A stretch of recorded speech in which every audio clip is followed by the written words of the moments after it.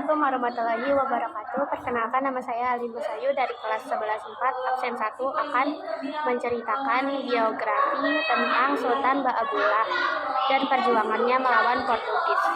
Yang pertama, Sultan Ba'abullah Datusyah dilahirkan pada 10 Februari 1528. Anak tertua dari 9 bersaudara ini merupakan hasil perkawinan Sultan Khairun dan permaisurinya, yakni Boki Tanjung yang merupakan putri Sultan Ba'abullah, menikah sebanyak 2 kali.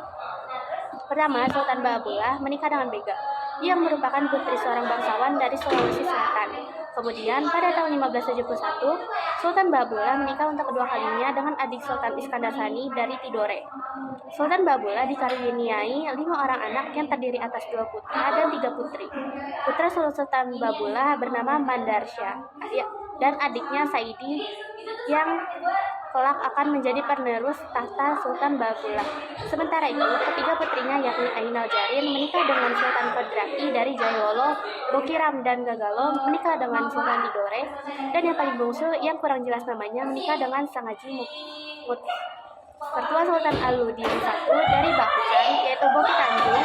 Saat muda, Ba'abullah menduduki beberapa posisi strategis, seperti Kartika Samudra yang merupakan pangkat tertinggi dari bidang kemiliteran Kesultanan Ternate. Oleh karena itu, Ba'abullah kerap memimpin pasukan dalam menaklukkan daerah-daerah, terutama di sekitar Maluku dan wilayah Sulawesi Utara dan Tengah agar mengakui Kesultanan Ternate sebagai pusat mereka.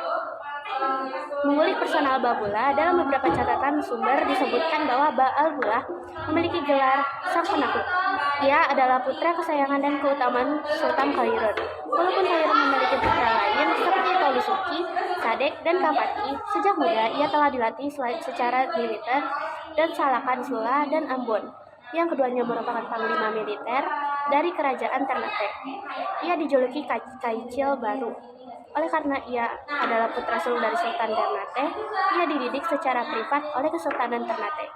Khususnya, setelah Khairun mengurungkan niatnya untuk menyekolahkan Ba'abullah ke Kolese Sao Paulo di Goa, India. Dalam pendidikan internal tersebut, ia mendapatkan ilmu kepemimpinan yang dijalankannya kelak akan senantiasa berkelindan dengan ajaran-ajaran Islam. Kecerdikan dan sikap kesatria Sultan Ba'abullah melengkapi bagian sejarah perjuangan bangsa yang rumpang dalam sejarah Nusantara.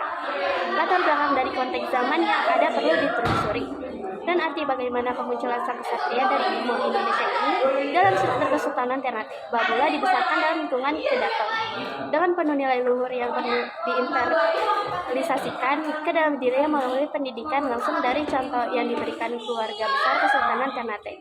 Ia dibesarkan pada masa ayahnya, Sultan Khairul yang tengah memerintah dalam suasana konflik dengan Portugis, sehingga hal tersebut sangat mempengaruhi proses pembentukan karakter Ba'abullah, khususnya dalam bersikap.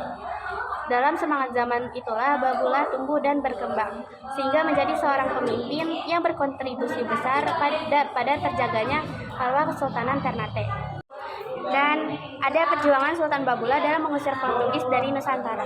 Pada tanggal 28 Februari 1570, atas keputusan Dewan 18 atau yang bisa disebut Bobato 18, Ba'abullah naik tahta, menggantikan ayahnya yang tewas dibunuh oleh Antonio Pimentel atas suruhan Gubernur Portugis Diogo Lopes de Mesquita. Sejak 28 Februari 1570, ia mendapatkan gelar kehormatan Datusyah di belakang namanya, diri keluarganya, Kesultanan Ternate, dan masyarakat Ternate. Ia juga bersumpah akan mengusir Portugis selamanya dari Ternate dan Maluku. Pada Desember 1575, Ba'abullah mengeluarkan ultimatum kepada orang Portugis di dalam benteng, juga kepada Gubernur Nuno Lacerda, yaitu yang pertama, Portugis harus menyerah dalam waktu 21 hari dengan membawa harta benda dan mereka akan diperlakukan secara adil. Mereka yang telah berikan pribumi Ternate diperbolehkan tetap tinggal dengan syarat mau dijadikan sebagai kaula kerajaan. Yang kedua, Portugis harus menyerahkan pembunuh Sultan Khairun kepada Kesultanan Ternate. Pada 31 Desember 1575, Ba'abullah berhasil mengusir Portugis sebetulnya dari Maluku. Januari 1576, Ba'abullah menyambut kapal Portugis di pelabuhan Talangame yang datang membawa bahan-bahan makanan. Kapal tersebut diizinkan untuk bersandar. Hal ini menandakan bahwa sudah tidak ada permusuhan dengan Portugis. selama Portugis mengakui kedaulatan Kesultanan Ternate dan vasalnya. Pada 1580 sampai 1583, Sultan Babula bersiap-siap menghadapi bergabungnya Spanyol dan Portugis dalam suatu uni. Bergabungnya kedua kekuatan asing yang dulu pernah memecah belah Maluku menimbulkan ancaman tersendiri bagi ketenangan dan kebesaran dunia Maluku yang telah diupayakan tercipta oleh Babula selama hampir satu dekade terakhir.